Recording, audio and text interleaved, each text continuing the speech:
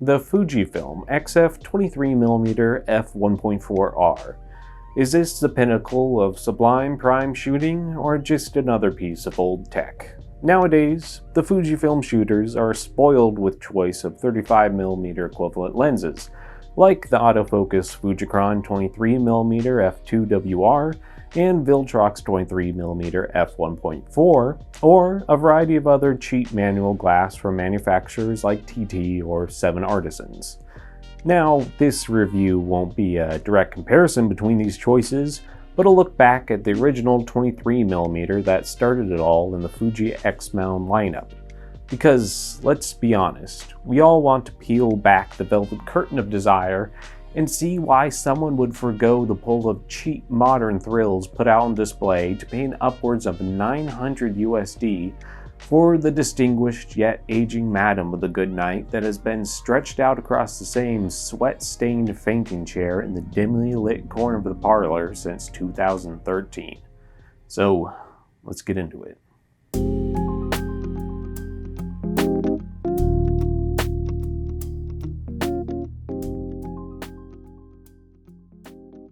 Right, intro done, short, sweet, seductive, just like me.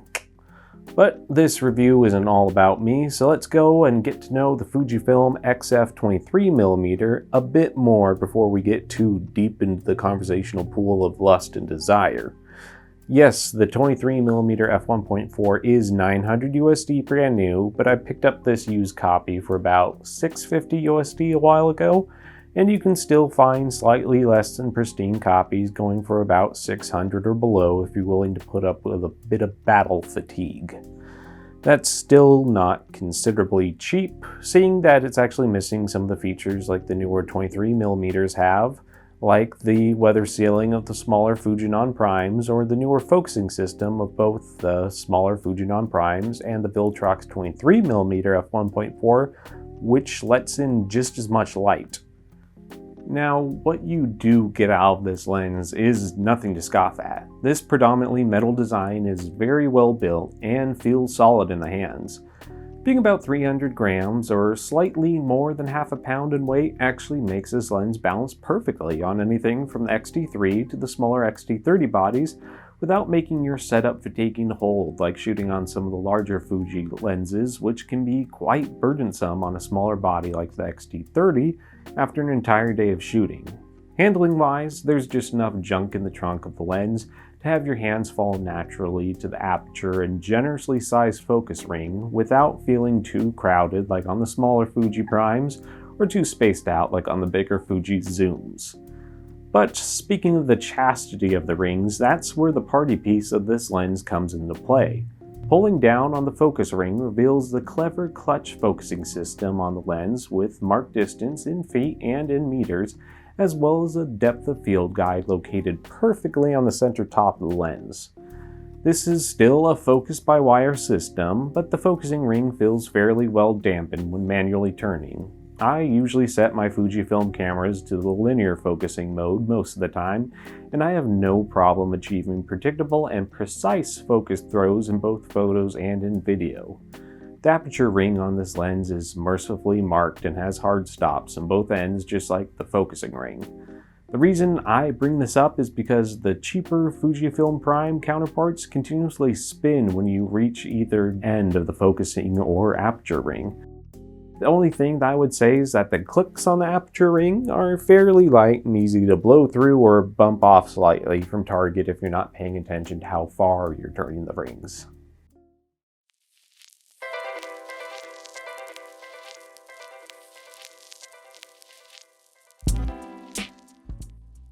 Now this is all fine in the YouTube tech review vacuum of wasted server space, but what is it actually like to go out and shoot the damn thing? Yes, it is good.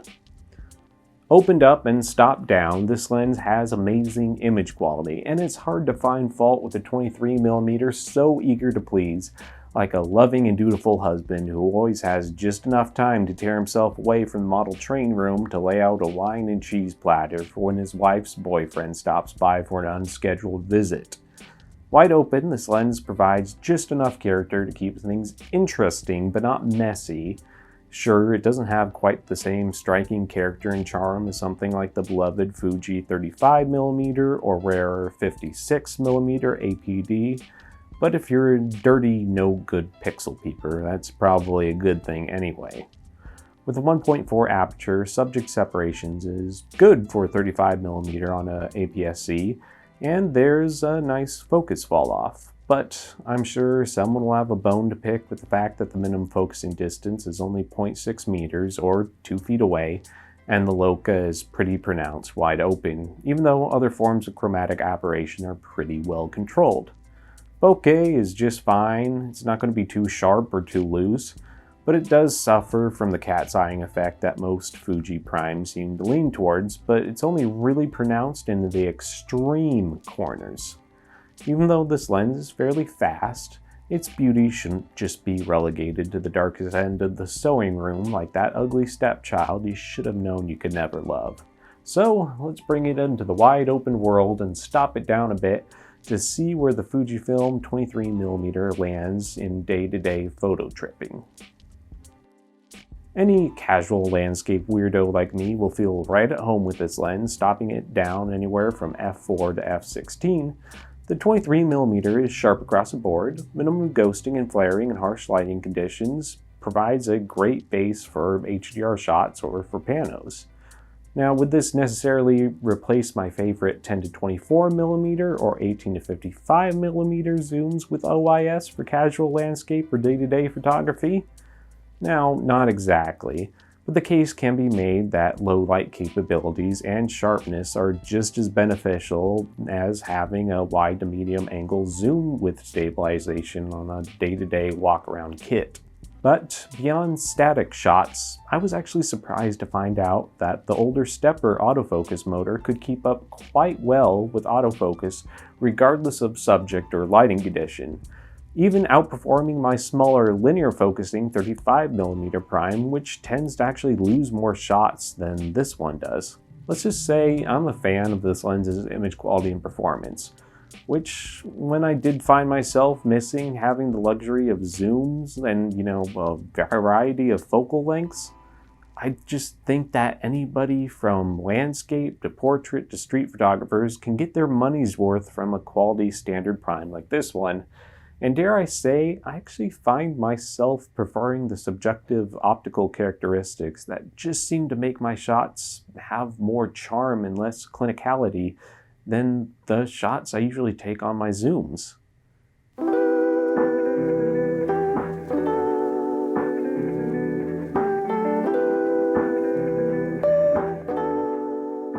But what of our dear, sweet friend, video? The true cinematographer loves a good wide open prime with manual focusing, but this is a photocentric lens that was released way back when decent video quality with just a sparkle in Fujifilm's eye. There's gotta be some sort of fly in the ointment there, right? Actually, it's pretty darn good for video. I took the Fujifilm 23mm out to Marina Park one morning with my kitted out X-T3 and about 3 layers of filtration stacked on top of the front glass just to see what it would fare like in a run and gun video scenario. Did it work? Absolutely.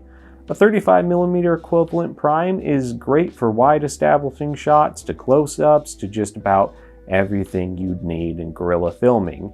And the 23mm kept up well with manual focusing using the clutch or relying purely on the AF, even with all the filters and the harsh morning highlights and shadows to contend with. This lens is actually one of the best Fuji primes to shoot manual on because the manual clutch is just so wide in the hands and the focusing just is so nice and well dampened.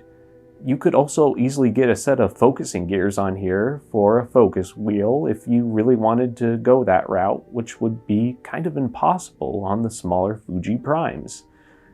Let's just say, if you like this thing for photo, you're going to like this thing for video. It's just plain and simple.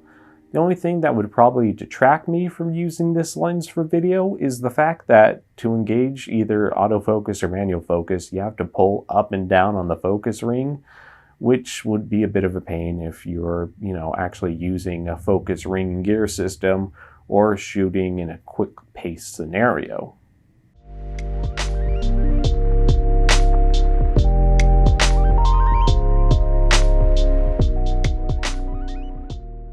Okay, so now that we went over all of this, is any of this really a surprise?